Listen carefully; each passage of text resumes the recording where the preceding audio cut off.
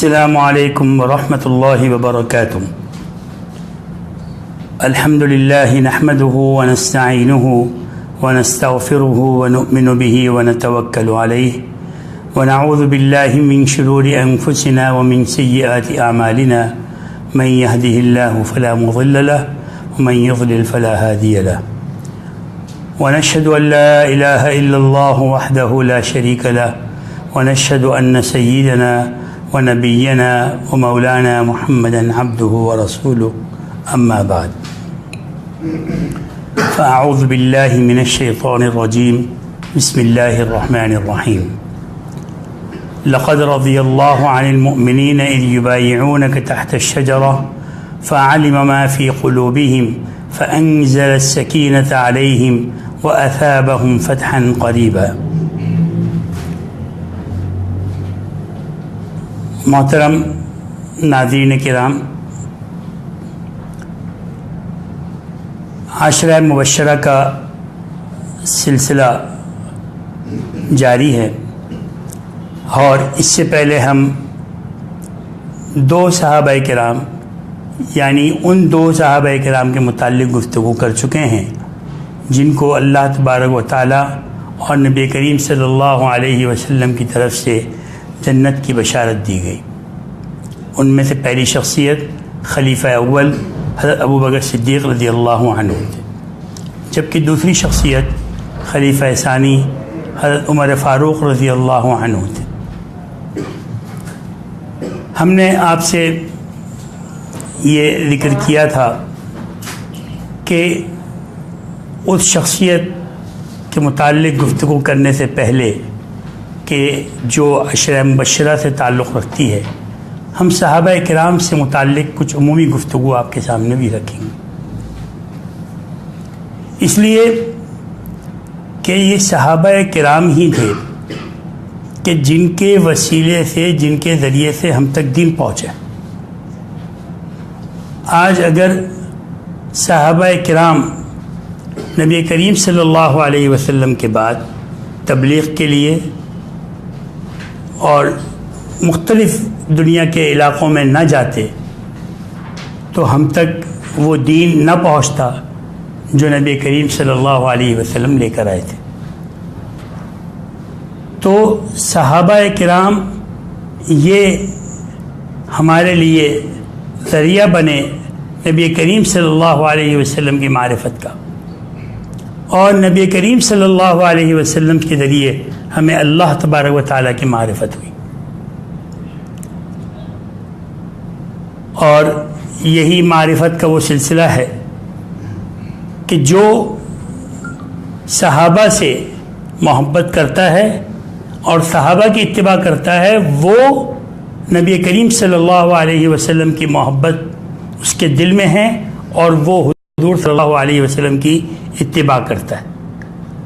اور جو حضور صلی اللہ علیہ وسلم کی اتباع کرتا ہے، جس کے دل میں حضور صلی اللہ علیہ وسلم کی محبت ہے، اس کے دل میں اللہ تبارک و تعالیٰ کی محبت اور اتباع ہے۔ خود قرآن کریم کا ارشاد ہے، قل ان کنتم تحبون اللہ فاتبعونی یحببکم اللہ۔ اگر تم اللہ سے محبت کرتے ہو تو اے نبی کریم صلی اللہ علیہ وسلم آپ کہہ دیجئے کہ فاتبعونی، کہ نبی آپ کہہ دیجئے کہ میری اتباع کرو، یعنی نبی کریم صلی اللہ علیہ وسلم کی اتباع کرو، تو اللہ تمہیں پسند کرے گا، تم سے محبت کرے گا۔ لہذا یہ صحابہ کرام ہی تھے جنہوں نے ہمیں یہ روشنی دکھلائی اسلام کی۔ اسی لیے حضرت صلی اللہ علیہ وسلم نے جہاں صحابہ کرام کو مختلف پیغامات دیے، مختلف جگہوں پر بھیجا، صحابہ کرام نے آپ صلی اللہ علیہ وسلم کے وصال کے بعد اس سلسلے کو جاری رکھا۔ چنانچہ ایک صحابی ربعی ابن عامر یہ فارس کے دربار میں پہنچتے ہیں آپ جانتے ہیں کہ اس زمانے میں 2 سلطنت تھی، ایک روم کی سلطنت جس کے بادشاہ کو قیصر کہا جاتا تھا، اور ایک فارس کی سلطنت جس کے بادشاہ کو کسریٰ کہا جاتا تھا۔ وہ جب اس کے پاس پہنچے تو اس نے غالباً یہ سوال کیا کہ تم لوگ کیا پیغام لے کر آئے ہو، تمہارے نبی کیا پیغام لے کر آئے ہیں؟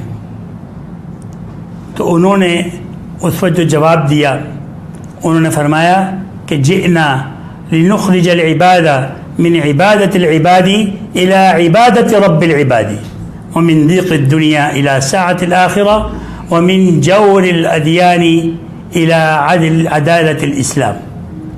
یعنی ہمارے نبی نے ہمیں یہ پیغام دیا اور ہم اس لیے نکلے ہیں اور آپ کے پاس یہ دعوت لے کر آئے تاکہ لوگوں کو بندوں کی غلامی سے نجات دلائیں اور اس کو اللہ کا بندہ بنائیں، اللہ کی غلامی میں دے دیں، اور ان کو دنیا کی تنگیوں سے نکال کر آخرت کی کشادگیوں میں لے جائیں، اور ان کو مختلف مذاہب کے جو ظلم و ستم تھے ان سے نکال کر اسلام کے عادلانہ نظام کے قواعد و ضوابط کی طرف لے کر آئیں۔ یہ صحابہ کرام کی جد و جہد تھی۔ اسی وجہ سے آپ صلی اللہ علیہ وسلم نے ایک حدیث میں، جسے ہم جمعے کی نماز کے ہر خطبے میں سنتے ہیں، لیکن افسوس ہوتا ہے کہ سوائے چند لوگوں کے بیشتر لوگ اس کے معنی سے واقف ہی نہیں ہوتے۔ کم از کم خطبہ اگر اس کا اہتمام کر دیں کہ جو خطبہ ثانیہ میں جو کچھ پڑھتے ہیں اس کا ترجمہ، اس پر ایک تشریح لوگوں کے سامنے بیان کر دیں۔ غالباً کوئی خطیب ایسا نہیں ہے جو اپنے خطبے کے اندر، جمعے کے خطبے کے اندر یہ حدیث آپ صلی اللہ علیہ وسلم کی نہ پڑھتا ہو کہ اللہ فی اصحابی لا تتخذوهم من بعدی غرضا فمن احبهم فبحبی احبهم ومن ابغضهم فببغضی ابغضهم۔ تو جو صحابہ سے محبت کرتا ہے وہ رسول سے محبت کرتا ہے، اور جو صحابہ سے بغض رکھتا ہے وہ رسول سے بغض رکھتا ہے، اور صحابہ کا جو نہ ہوا وہ رسول کا کیا ہوگا۔ اور خصوصیت کے ساتھ جن 2 شخصیات کا تذکرہ ہم نے پچھلی 2 مجلسوں میں کیا، اور آج ہم جس شخصیت کا تذکرہ کرنے جا رہے ہیں، ان شخصیت کے حوالے سے امت مسلمہ کا موقف یہ ہے کہ یہ اشخاص امت کے افضل ترین اشخاص میں سے ہیں۔ یعنی خلیفہ اول حضرت ابو بکر صدیق رضی اللہ عنہ، جن کا تذکرہ ہم نے پہلے دن کیا تھا، خلیفہ ثانی حضرت عمر فاروق رضی اللہ عنہ، جن کا تذکرہ ہم نے کل کیا تھا، اور خلیفہ ثالث حضرت عثمان غنی رضی اللہ عنہ، جن کا تذکرہ ہم آج کریں گے، اور انشاءاللہ کل حضرت علی کرم اللہ وجہہ ان کا تذکرہ انشاءاللہ کل ہوگا۔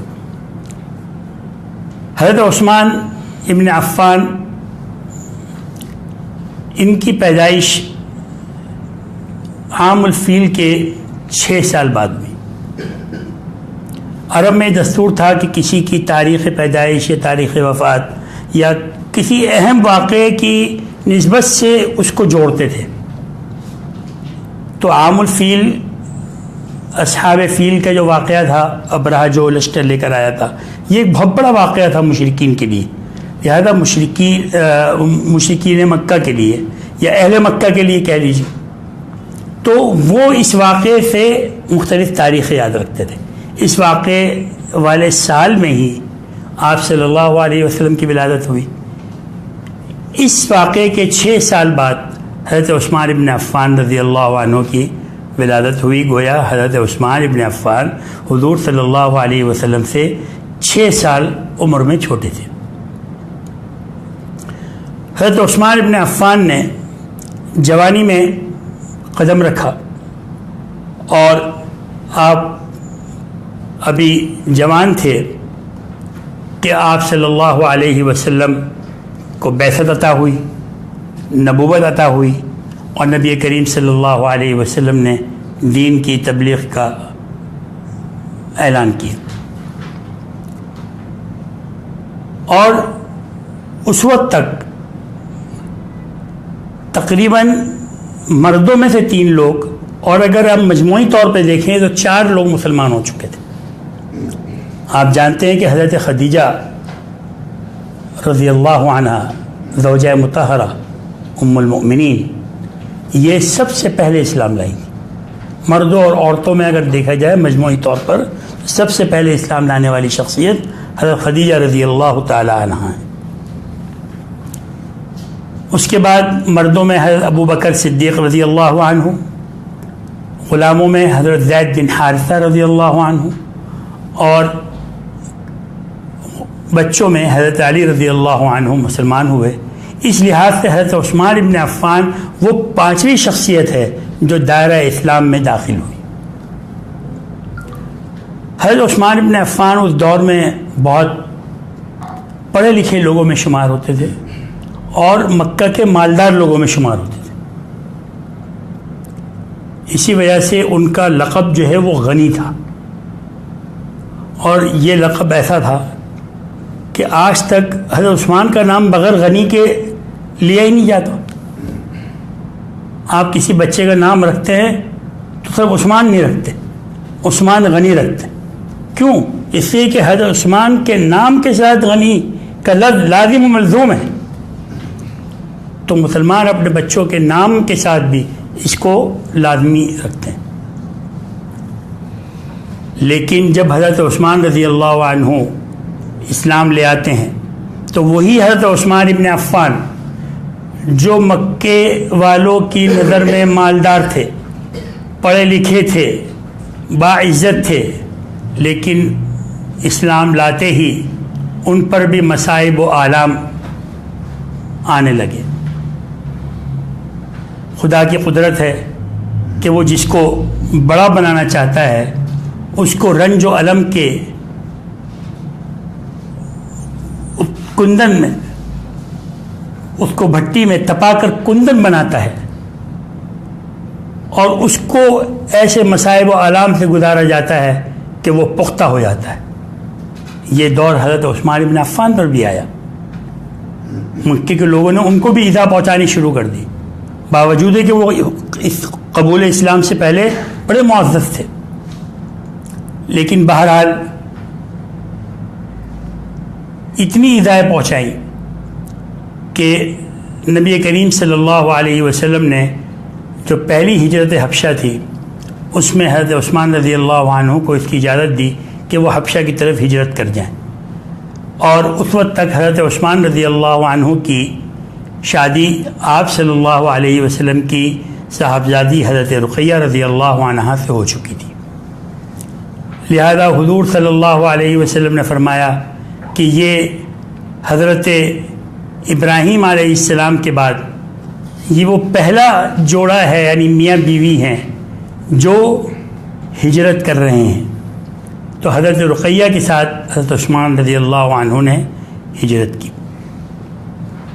بہرحال ہجرت کے واقعات وہ ایک تفصیلی چیزیں ہیں. حضرت عثمان رضی اللہ تعالی عنہ کا مسلمانوں میں اس حیثیت سے بڑا اہم کردار تھا کہ آپ نے جب بھی مسلمانوں پر مشکل پیش آئی تو آپ نے اپنی جان اپنے مال سے مسلمانوں کی مدد فرمائی. کئی مواقع ایسے ہیں کہ مدینہ منورہ میں قحط ہو گیا تو حضرت عثمان بن عفان نے اپنا سارا مال مسلمانوں کے لیے تقسیم کر دیا. ایک ہجرت تو حضرت عثمان بن عفان رضی اللہ عنہ نے حبشہ کی طرف کی تھی، اور دوسری ہجرت انہوں نے مدینہ منورہ کی طرف کی، اس لیے صاحب الہجرتین بھی کہلاتے ہیں. مدینہ منورہ پہنچنے کے بعد جو حالات مسلمانوں پر آئے، کچھ سکون ملا وہاں پر، لیکن مشرکین مکہ وہ بہرحال اپنی اس عداوت کو نہیں چھوڑ سکے، اور وہ مکے میں بیٹھ کر اور مدینے کے یہودیوں کے ساتھ مل سازشیں کرتے تھے اور حضور صلی اللہ علیہ وسلم کے خلاف مختلف منصوبے تیار کرتے تھے، جس کے نتیجے میں غزوہ بدر بھی پیش آیا۔ یہ غزوہ بدر جس میں الحمدللہ مسلمانوں کو فتح ہوئی، حضرت عثمان ابن عفان رضی اللہ عنہ شرکت نہ کر سکے، اس لیے کہ ان کی اہلیہ آپ صلی اللہ علیہ وسلم کی بیٹی حضرت رقیہ بیمار تھی، تو وہ ان کی تیمارداری کے لیے مدینہ منورہ میں رکے ہوئے تھے۔ ادھر صحابہ کرام غزوہ بدر سے فتح کی خوشخبری لے کر پہنچے، اور ادھر حضرت عثمان حضرت رقیہ کی تدفین سے فارغ۔ بہرحال حضور صلی اللہ علیہ وسلم نے اپنی دوسری بیٹی حضرت ام کلثوم کا بھی نکاح حضرت عثمان ابن عفان سے کر دی۔ حضرت عثمان ابن عفان شرم و حیا میں بہت اعلیٰ درجے پر تھے۔ اس کا اندازہ اس سے لگائیے کہ آپ صلی اللہ علیہ وسلم اپنے بے تکلف ساتھیوں میں بے تکلفانہ انداز میں بیٹھ جاتے تھے، اپنے صحابہ کے ساتھ بے تکلف انداز میں بیٹھ جاتے تھے، لیکن جب حضرت عثمان ابن عفان آتے تھے تو آپ اپنے آپ کو سمیٹ لیتے تھے۔ کسی نے سوال کیا کہ حضرت عثمان ابن عفان کے آنے پر آپ اس طرح کا رویہ کیوں اختیار کرتے ہیں؟ تو آپ صلی اللہ علیہ وسلم نے فرمایا کہ جس سے فرشتے شرماتے ہوں تو میں اس سے شرم نہ کروں۔ تو بہرحال یہ حضرت عثمان ابن عفان کے لیے ایک بہت بڑی خصوصیت اور ان کے لیے ایک بہت بڑا منصب تھا، اور ایک ان کی بہت بڑی خوبی تھی۔ حضرت عثمان ابن عفان اس کے بعد تمام غزوات میں نبی کریم صلی اللہ علیہ وسلم کے ساتھ شریک رہے۔ آپ کی زندگی کا ایک اہم واقعہ اگر ہم کہیں کہ اس کا مرکزی کردار اس اعتبار سے حضرت عثمان رضی اللہ عنہ ہیں کہ اس واقعے کے بعد اسلام کی فتوحات کا سلسلہ جاری ہو گیا۔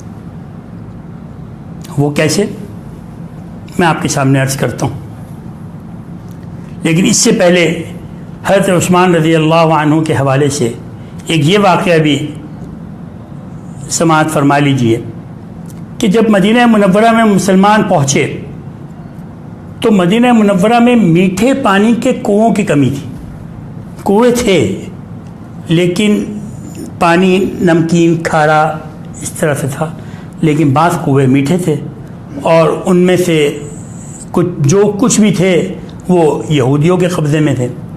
ان میں سے ایک کنواں تھا بئر روما، یہ کنواں ایک یہودی کے ملکیت میں تھا، اور وہ مسلمانوں کو پانی انتہائی مہنگے داموں فروخت کرتا تھا، جبکہ پانی اللہ کی زمین سے نکل رہا ہے۔ چلو اگر مفت نہ بھی دیتا، کچھ رعایت کرتا، لیکن وہ اسلام کی عداوت میں انتہائی مہنگے داموں پانی فروخت کرتا تھا۔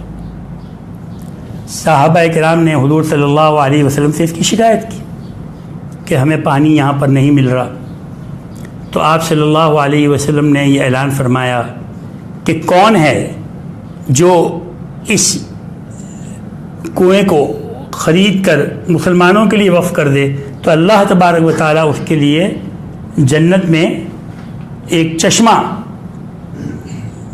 مقرر کر دیں گے۔ دنیا کا کنواں اور جنت کا چشمہ، کیا نسبت ہو سکتی ہے دونوں کے درمیان؟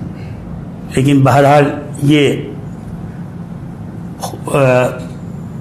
پیشکش جب حضرت عثمان رضی اللہ عنہ کے پاس آئی، وہ اس یہودی کے پاس گئے اور اس سے کہا کہ یہ کنواں مجھے فروخت کر دو۔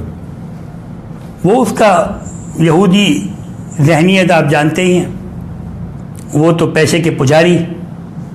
اس نے کہا کہ میں یہ کنواں بیچ دوں گا تو یہ مہنگے داموں لوگوں کو پانی کیسے بیچوں گا؟ تو حضرت عثمان نے ان سے یہ کہا کہ اچھا چلو ایسا کرو، آدھا کنواں مجھے فروخت کر دو، ایک دن پانی تم لینا، ایک دن میں لوں گا۔ یہودیوں نے پھر وہیں پر اپنی مادہ پرستی، اس نے کہا اچھا چلو نقد رقم بھی خوب آ رہی ہے آدھے کنویں سے، اور ایک دن کے لیے کنواں بھی میرے پاس ہوگا، یہ رقم یکمشت مل گئی، اور باقی روزانہ کنویں میں سے جو پانی نکلے گا وہ مہنگا فروخت کر کے کمائی کروں گا۔ لیکن اس کو کیا معلوم تھا کہ اس نے کس کے ہاتھ میں یہ ایک دن کے لیے کنواں فروخت کیا، کہ جن کی نظریں دنیا کی چیزوں پر نہیں ہوتی، جن کی نظریں آخرت پر ہوتی۔ حضرت عثمان رضی اللہ عنہ نے وہ کنواں لیا ایک دن کے لیے، وہ خریدا آدھا کنواں، اور جو حضرت عثمان کی جس دن باری ہوتی تھی اس کنویں سے پانی لینے کے لیے، مسلمانوں کے لیے وہ کنواں مفت کر دیا، اور وہ مسلمان اس میں سے پانی لیتے جاتے اور اپنا گزارا کرتے۔ جب اور اس کو پانی بھی لیتے، استعمال بھی کرتے، اور کچھ ذخیرہ بھی کر لیتے اگلے دن کے لیے۔ دوسرے متبادل دن، ایک دن چھوڑ کے دوسرے دن پھر حضرت عثمان کی باری آ جاتی، پھر ان کو پانی مل جاتا۔ اور ادھر یہودی کا یہ حال ہوا کہ اس کے پاس کوئی پانی خریدنے نہیں آ رہا۔ جو لوگ بہت زیادہ حرص و لالچ کرتے ہیں نا، تو اس کا نتیجہ یہی ہوتا ہے کہ جو تھا وہ بھی جانے لگا۔ اس نے سوچا اب میں اس کنویں کو رکھ کر کیا کروں گا۔ اس نے حضرت عثمان کو خود پیشکش کی، پہلے منع کرتا تھا، اب پیشکش کی کہ یہ کنواں آدھا بھی خرید لو بھائی۔ حضرت عثمان ابن عفان نے وہ آدھا کنواں بھی خرید لیا اور پورا کنواں مسلمانوں کے لیے وقف کر دی۔ اس پر ایک صاحب غالباً کوئی مسلمان ہی تھے، انہوں نے حضرت عثمان رضی اللہ عنہ، اور وہ بھی غالباً اگر مسلمان تھے تو وہ بھی یہی چاہتے ہوں گے میں وقف کر دوں یا جو بھی، انہوں نے کہا کہ اے عثمان آپ یہ کنواں مجھے دگنی قیمت پر فروخت کر دیں، جتنے پر آپ نے لیا اس سے دگنی قیمت پہ۔ انہوں نے کہا نہیں میں فروخت نہیں کرتا۔ انہوں نے کہا اچھا 3 گنا لے لیجئے۔ انہوں نے کہا نہیں 4 گنا، 5 گنا، 6 گنا، 7 گنا، 10 گنا۔ انہوں نے کہا نہیں میں نہیں دیتا یہ۔ تو ان صاحب نے پوچھا ہے عثمان تم جب 10 گنا پر بھی نہیں دے رہے تو آخر کون ہے جو تم کو جو ہے وہ اتنے مہنگے داموں میں کنواں خریدے گا؟ اس نے کہا وہ میرا رب ہے جو ایک نیکی پر جو ہے 10 نیکیاں دیتا ہے، تو وہ مجھے اس کے 10 گنا کیا بلکہ بہت بڑا اس کا نفع دے گا، تو میں اس نفع کا طلبگار ہوں، تمہارے 10 گنا نفع کا طلبگار نہیں ہوں۔ اور وہ کنواں انہوں نے مسلمانوں کے لیے وقف کیا اور مسلمانوں کے لیے میٹھے پانی کی فراوانی ہوئی۔ یہ حضرت عثمان غنی رضی اللہ عنہ کا مسلمانوں پر یہ بہت بڑا احسان تھا کہ پانی جیسی ضرورت جو کہ ہر انسان کی ضرورت ہے اس کو انہوں نے، اور میٹھے پانی کی ضرورت وہ انہوں نے وہاں پر مہیا کر دی۔ اب وہ آئیے اس واقعے کی طرف جس کے متعلق میں نے یہ عرض کیا کہ وہ واقعہ اور اس واقعے میں حضرت عثمان کا ایک مرکزی کردار اور اس کی بنیاد پر ایک اہم فیصلہ نبی کریم صلی اللہ علیہ وسلم کا، اور وہ ایک سلسلہ کڑی در کڑی ملتا چلا جا رہا تھا یہاں تک کہ مسلمانوں کو فتوحات نصیب ہوئی اور مکہ فتح ہو۔ وہ واقعہ صلح حدیبیہ کا ہوا یہ کہ حضور صلی اللہ علیہ وسلم جب مدینہ منورہ ہجرت فرما گئے، اس کے بعد آپ جانتے ہیں سن 2 ہجری میں غزوہ بدر، سن 3 ہجری میں غزوہ احد، سن 5 ہجری میں غزوہ خندق یا غزوہ احزاب بھی سے کہہ لیں۔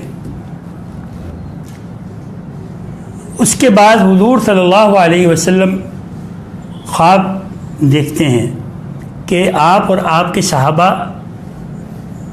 بیت اللہ کی طرف جا رہے ہیں عمرہ کرنے کے لیے۔ آپ صلی اللہ علیہ وسلم نے یہ خواب صحابہ کرام کو سنایا۔ تو آج کا مسلمان جو اس بیت اللہ کی زیارت کے لیے تڑپتا ہے اس دور میں، چاہے کیسے بھی اس کے اعمال ہوں، اچھے ہوں یا برے ہوں، اس کو اگر یہ کہہ دو کہ تمہارا انتظام ہو گیا جانے کا، تو ایسے لپکتا ہے بیت اللہ کی محبت میں۔ تو پھر صحابہ کرام جن کے سامنے تو وحی نازل ہو رہی تھی، اور وہ خود مکہ مکرمہ کے رہنے والے تھے، مہاجرین، وہ مکہ سے نکالے گئے تھے، مجبوراً نکلے تھے وہاں سے۔ وہ جب مدینہ منورہ سے ان کو یہ خوشخبری دی گئی کہ عمرے کے لیے جانا ہے، یہ خواب ہے سنایا گیا، تو وہ سب تیاری کے لیے، عمرے کی تیاری کے لیے بالکل تیار ہو گئے۔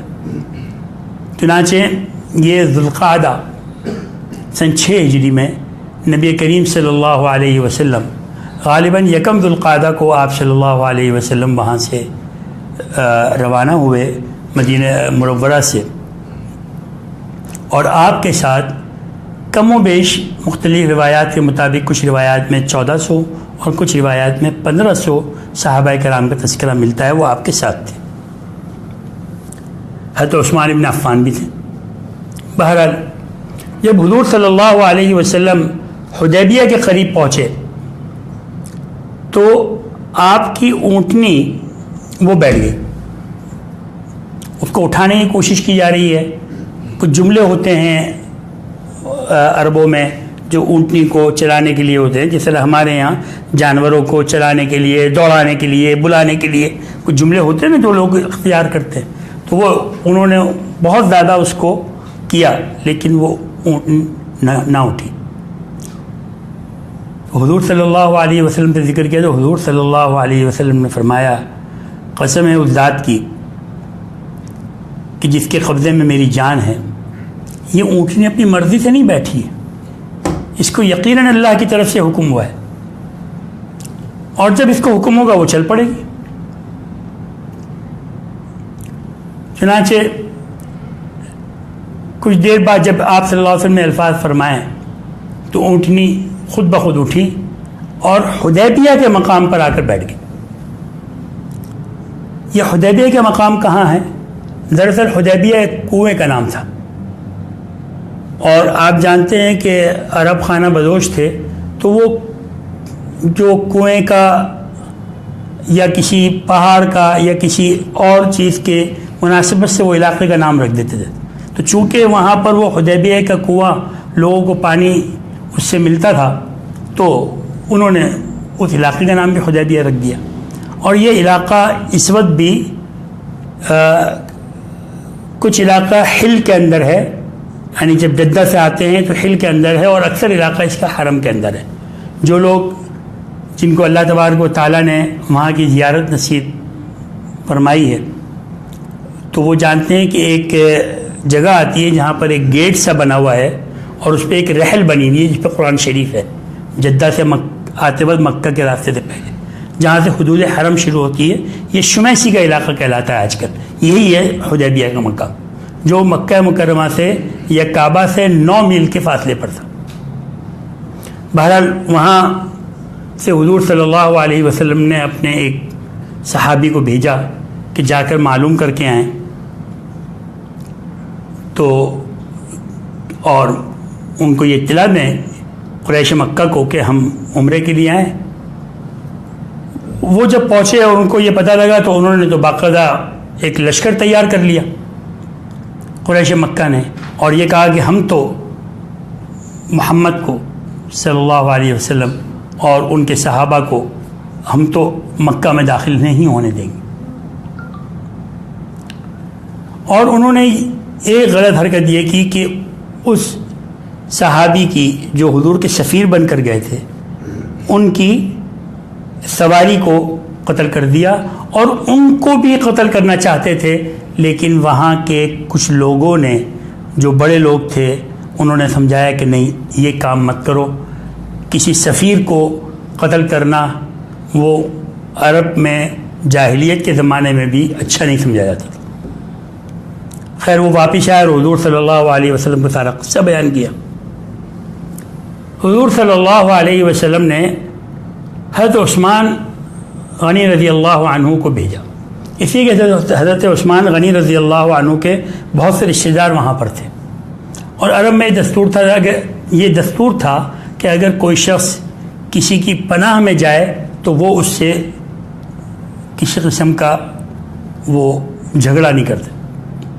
تو حضرت ابان ابن سعید یہ حضرت عثمان ابن عفان رضی اللہ عنہ کے دوست تھے، ان کے پاس وہ جا کے رکے اور انہوں نے پھر قریش مکہ سے اس سلسلے میں بات کی کہ دیکھیے ہم حضور صلی اللہ علیہ وسلم کے ساتھ آئے ہیں، ہمارے پاس کوئی ہتھیار نہیں ہے، ہمارے پاس قربانی کے جانور ہیں.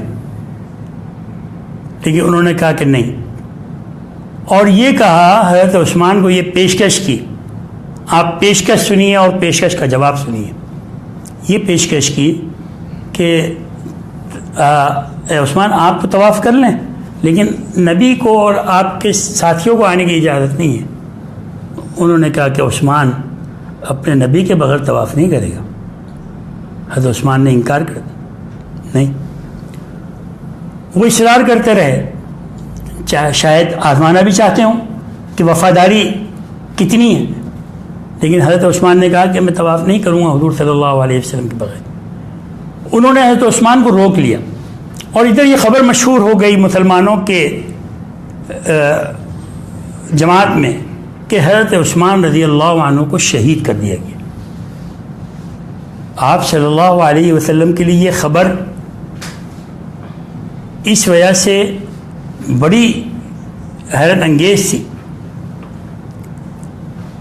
کہ ایک سفیر جس کو بات کرنے کے لیے بھیجا گیا ہے اس کو قتل کر دینا، یہ کہاں کا انصاف ہے؟ آپ پیغام دے کے بھیج دیتے. تو نبی کریم صلی اللہ علیہ وسلم نے اس وقت ایک کیکر کا درخت تھا، اس کیکر کے درخت کے نیچے 1400 صحابہ کرام سے بیعت دی، جس کا ذکر قرآن کریم میں بھی ہے، اور جو آیت میں نے آپ کے سامنے شروع میں تلاوت بھی کی کہ لقد رضی اللہ عن المؤمنین اذ یبایعونک تحت الشجرہ، کہ اللہ تبارک و تعالی راضی ہو گئے مومنین سے جنہوں نے درخت کے نیچے آپ سے بیعت کی. فعلم ما فی قلوبہم، اللہ کو معلوم ہے جو ان کے دلوں میں ہے. فانزل علیہم السکینہ واثابہم فتحا قریبا، کہ اللہ تبارک و تعالی نے ان پر سکینت اور اطمینان نازل کیا اور ایک فتح، ایک عنقریب فتح کی بھی نوید سنائی.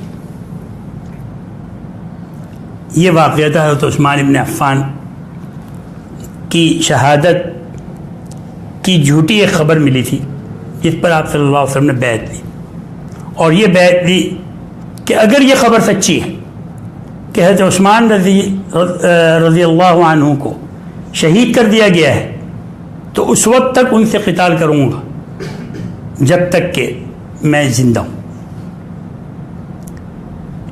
ادھر اور اس بیعت کا بڑا عجیب منظر ہوگا کہ جب نبی کریم صلی اللہ علیہ وسلم ہر صحابی کا ہاتھ میں لے کر بیعت فرما رہے ہیں، اور پھر آخر میں نبی کریم صلی اللہ علیہ وسلم نے اپنا بایاں ہاتھ دائیں ہاتھ پہ یوں رکھا اور کہا کہ یہ عثمان کا ہاتھ ہے اور یہ میرا ہاتھ ہے، اور یوں ہاتھ رکھ کے کہا کہ یہ میں عثمان کی طرف سے بیعت کر رہا ہوں. کتنی بڑی منقبت اور کتنا بڑا اعزاز حضرت عثمان رضی اللہ عنہ کے لیے. بعد میں حضرت عثمان رضی اللہ عنہ فرمایا کرتے تھے کہ حضور کا وہ بایاں ہاتھ میرے دایاں ہاتھ سے بہت بہتر ہے. وہ تو خیر وفادار لوگ تھے. خیر اب وہاں سے قریش مکہ کی طرف سے لوگ آنا شروع ہوئے. پہلے کوئی صاحب آئے، بعد میں ایک عروہ ابن مسعود الثقفی ایک بزرگ تھے ان کے قریش کے، وہ آئے بات چیت کرنے کے لیے، اور انہوں نے آ کر جب بات چیت کی حضور صلی اللہ علیہ وسلم سے تو آپ صلی اللہ علیہ وسلم نے ان کے سامنے یہی بات رکھی کہ دیکھو ہم یہ قربانی کے جانور لائے ہیں، ہم صرف عمرہ کرنا چاہتے ہیں. انہوں نے کہا کہ ہم اس کے لیے راضی نہیں ہیں. اس دوران کچھ واقعات ایسے بھی آئے کہ حضرت مغیرہ ابن شعبہ وہ حضور صلی اللہ علیہ وسلم کے پیچھے کھڑے تھے اور انہوں نے خوط پہنا ہوا تھا، پہچانے نہیں جاتے تھے، اور یہ عروہ ابن مسعود الثقفی کے بھتیجے تھے اور مسلمان ہو گئے تھے. اور عروہ ابن مسعود الثقفی بار بار نبی کریم صلی اللہ علیہ وسلم کی داڑھی کی طرف ہاتھ بڑھاتے تھے. تو حضرت مغیرہ ابن شعبہ نے کہا کہ یہ ہاتھ دور کریں. کسی مشرک کو نبی کریم صلی اللہ علیہ وسلم، کسی مشرک کا ہاتھ نبی کریم صلی اللہ علیہ وسلم کو مس نہیں کر سکتا. چنانچہ انہوں نے پوچھا کہ یہ کون ہے؟ تو حضور نے فرمایا تمہارے بھتیجے مغیرہ ابن شعبہ ہیں. بہرحال اب عروہ ابن مسعود الثقفی یہ بھی اندازہ لگا رہے ہیں کہ یہاں ماحول کیا ہے. یہ دیکھ رہے ہیں کہ حضور صلی اللہ علیہ وسلم جب بات کرتے ہیں تو سب ہمتن گوش، اندب سناٹا، سب بات سن رہے ہیں. حضور صلی اللہ علیہ وسلم کسی کام کے لیے کہیں تو ہر کوئی یہ چاہے کہ میں بھاگ کر وہ کام کر لوں. حضور صلی اللہ علیہ وسلم وضو فرمائے تو وضو کا پانی نیچے نہ گرے، اس سے پہلے ہی جو چلوں میں اور اپنے ہاتھوں میں اٹھا لیا جائے. بہرحال عروہ ابن مسعود الثقفی واپس گئے. واپس جانے کے بعد اس نے قریش سے کہا کہ دیکھو محمد صلی اللہ علیہ وسلم عمرے کے لیے آئے ہیں اور ان کا کوئی اور ارادہ نہیں ہے، اور غالباً اس نے یہ بھی کہا کہ میں کسریٰ اور قیصر کے دربار میں گیا ہوں، میں نے وہاں بادشاہوں کا حال دیکھا ہے، لیکن جو وفاداری محمد کے ساتھیوں کے اندر ہے جب کہ محمد بادشاہ نہیں ہیں، یہ الفاظ نے جب کہ محمد بادشاہ نہیں ہیں، ان کے ساتھیوں میں نے جو وفاداری دیکھی وہ میں نے کہیں نہیں دیکھی.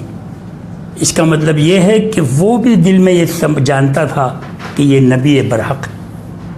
لیکن آپ جانتے ہیں کہ تعصب، عداوت، انا، یہ ان کو اسلام لانے سے روکتی تھی. عروہ ابن مسعود ثقفی کے بعد انہوں نے سہیل ابن عمرو ان کو بھیجا. چونکہ لفظ سہیل کے معنی میں آسانی کا معنی پایا جاتا ہے، جب وہ آئے تو نبی کریم صلی اللہ علیہ وسلم نے فرمایا کہ اب تمہارا معاملہ آسان ہو جائے گا. حضور صلی اللہ علیہ وسلم نے ان کے سامنے یہ بات کہی کہ دیکھو ہم تم سے لڑنا نہیں چاہتے، تم تو 3 جنگیں لڑ کے، بدر، احد اور احزاب، تینوں میں لڑ کے کمزور ہو چکے ہو، ہم نے تم سے کیا لڑنا، ہم تو عمرہ کرنے آئے ہیں اور عمرہ کر کے ہم چلے جائیں گے. انہوں نے بہرحال جب انہیں نہیں مانے تو طے ہوا کہ ایک معاہدہ لکھ لیا جائے، اور وہ معاہدہ ہی دراصل صلح حدیبیہ کہلاتا ہے. میں اس کی زیادہ تفصیل میں تو نہیں جاؤں گا، لیکن یہ بتانا مقصود تھا کہ حضرت عثمان رضی اللہ عنہ وہ ذریعہ بنے بیعت رضوان کا، پھر اس کے بعد یہ صلح حدیبیہ ہوتی ہے. مختصر تذکرہ ضرور کر دیتا ہوں صلح حدیبیہ کا، کہ اس میں یہ طے ہوا کہ مسلمان اور کفار یعنی مشرکین مکہ یہ 10 سال تک نہیں لڑیں گے. نمبر 2 یہ کہ اس سال مسلمان چلے جائیں یہاں سے، اگلے سال آئیں 3 دن کے لیے بغیر اسلحے کے اور طواف کر کے عمرہ کر کے چلے جائیں. اور ایک عجیب شرط یہ تھی کہ اگر کوئی مشرک مسلمان ہو کر، کوئی مشرک مسلمان ہو کر مسلمانوں کے پاس چلا جائے تو مسلمان اس کو واپس کریں گے، لیکن اگر کوئی مسلمان وہ مرتد ہو کر مشرکوں کے پاس چلا جائے تو مشرکین اس کو واپس نہیں کریں گے. یعنی جانبدارانہ شرط، غیر منصفانہ شرط. جب یہ شرط سامنے آئی تو کل بھی ہم نے ذکر کیا تھا کہ حضرت عمر رضی اللہ تعالی عنہ کے مزاج میں سختی تو تھی، اور پھر حق بات کے لیے تو بہت سخت ہے. تو انہوں نے نبی کریم صلی اللہ علیہ وسلم سے عرض کیا کہ اے یا رسول اللہ، کیا آپ نبی برحق نہیں؟ آپ نے فرمایا کہ میں ہوں۔ انہوں نے عرض کیا کہ یا رسول اللہ، کیا وہ لوگ باطل پر اور ہم حق پر نہیں؟ انہوں نے فرمایا بے شک وہ باطل پر ہیں اور ہم حق پر ہیں۔ انہوں نے کہا کہ یا رسول اللہ، کیا آپ نے نہیں فرمایا تھا کہ ہم عمرہ کریں گے؟ تو حضور صلی اللہ علیہ وسلم نے فرمایا کہ میں نے یہ کب کہا تھا کہ اس سال کریں گے؟ یہ تو نہیں کہا تھا کہ اس سال کریں گے۔ لیکن حضرت عمر خطاب فاروق ابھی بھی مزاج ان کا ٹھنڈا نہیں ہوا، حضرت ابوبکر صدیق کے پاس گئے اور یہی باتیں ان کے سامنے بھی دہرائیں۔ حضرت ابوبکر صدیق نے ان کو سمجھایا کہ اے عمر، نبی کریم صلی اللہ علیہ وسلم جو بات کرتے ہیں وحی کے مطابق کرتے ہیں، یہ وحی کا حکم ہوگا، تم کیوں اس میں سامنے آ رہے ہو؟ چنانچہ حضرت عمر رضی اللہ عنہ کو زندگی بھر اس کا احساس رہا اور اس پر اتنی شرمندگی تھی کہ اس کی وجہ سے وہ زندگی بھر نوافل پڑھتے رہے، کفارے ادا کرتے رہے، غلام آزاد کرتے رہے کہ میری یہ خطا معاف ہو جائے کہ میں نے حضور کے سامنے یہ پوچھا کیوں۔ لیکن بہرحال بات تو ہو چکی تھی۔ ابھی یہ معاہدہ لکھا نہیں گیا ہے، ابھی بات چیت چل رہی ہے، زبانی طے ہوا ہے صرف کہ اتنے میں ابو جندل، یہ کون ہے؟ یہ عروہ ابن مسعود الثقفی کا بیٹا ہے،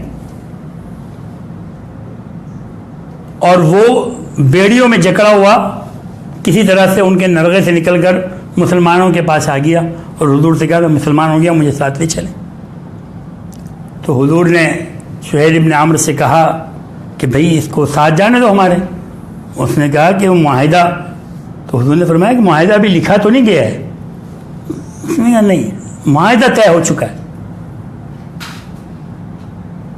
حضور نے ابو جندل کو دعائیں دی اور اس کو صبر کی نصیحت کی اور ان کو مشرکین کے پاس واپس کر دیا۔ مسلمانوں نے پوچھا کہ یا رسول اللہ، اس شرط کا کیا مطلب آخر کہ ان کا آدمی ہمارے پاس آئے تو ہم واپس کر دیں؟ اگر وہ مسلمان ہو کر آ رہا ہے، مشرک بھی نہیں ہے، مسلمان ہو کر آ رہا ہے، تو ہم اس کو رکھیں اپنے پاس، اور ہمارا آدمی اگر چلا جائے تو وہ واپس کرے۔ یہ کیا بات ہوئی؟ وہ واپس نہ کریں۔ تو حضور صلی اللہ علیہ وسلم نے فرمایا کہ دیکھو،